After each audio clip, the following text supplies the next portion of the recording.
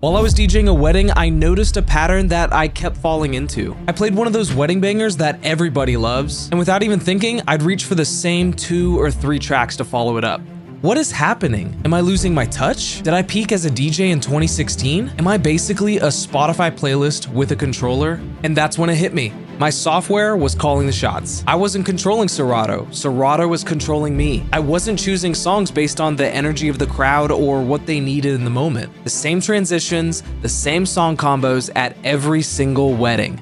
And the worst part is, I didn't even realize it was happening. I was too focused on that stupid little number on my screen. That little number is ruining my entire DJ set. And that's when I decided to stop mixing in key, but to explain why, we gotta start at the beginning. It all started with the circle of fifths, a musical theory chart used by musicians to understand how keys can relate to each other. And then DJs literally reinvented the wheel and called it the Camelot wheel. So now instead of mixing actual notes like C major and A minor, DJs can mix between numbers to help them create a harmonically sound set. And that's how I mixed every set since I started DJing.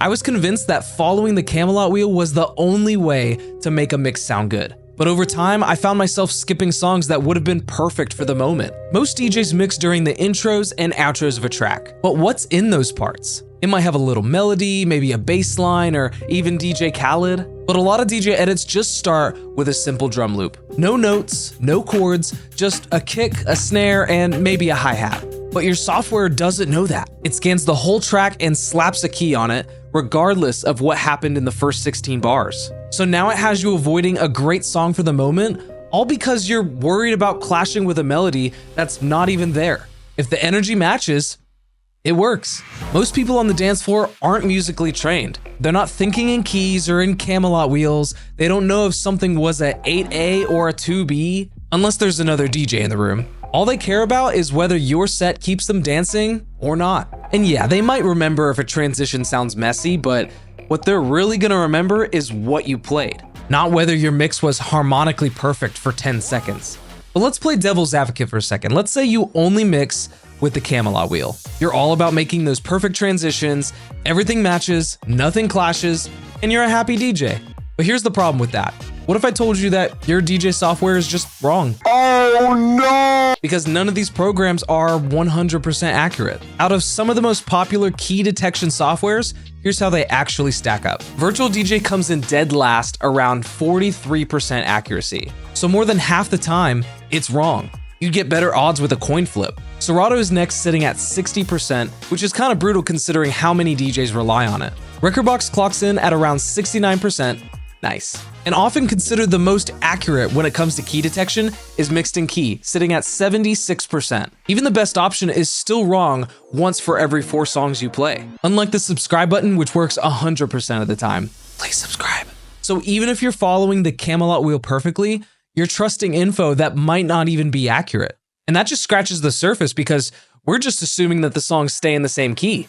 Bon Jovi's Living on a Prayer starts at 9A, then shifts to 6B in the final chorus. Beyonce sings Love on Top starting at 8B, then shifts up multiple times, going through 3B, 10B, 5B, and ending at 12B at the final chorus. Since You've Been Gone by Kelly Clarkson starts at 9B, then shifts to 11B during the bridge. And even Sicko Mode by Travis Scott starts at 6A, then switches to 12A, and then switches again to 2A. But your DJ software doesn't catch any of that. It gives you one key based on the intro and calls it a day. So if you're basing your transitions on that one key at the beginning and it changes at the end, you're mixing out a key. And ironically, that leads to the one thing you're trying to avoid in the first place. So what's the fix to all this? It's simple. Stop relying on your software to make mixing decisions for you. Because a clean transition doesn't mean anything if the vibe's off or your song choices are bad. People won't leave the dance floor because you're not mixing in key. They'll leave because you're playing something that just doesn't hit. When I'm DJing, this is what I focus on. Song choice comes first because if the song isn't right for the moment, nothing else matters. Then it's how you transition between songs. Quick mix, long blend, stems, tone plays, whatever fits the moment. And the last thing I worry about is the key. Yeah, if it makes the mix sound smoother, cool, go for it. But I'm not building my set around it. Most of the time you're mixing drum loops that don't have a key anyways. The problem with key matching and what really screws it up for DJs is when they flip the order. They put key matching first. They'd rather have keys match than play a great song. And it's completely backwards. When you do that, song selection becomes your last priority, and that's when your sets start to feel safe, repetitive, and disconnected from the room.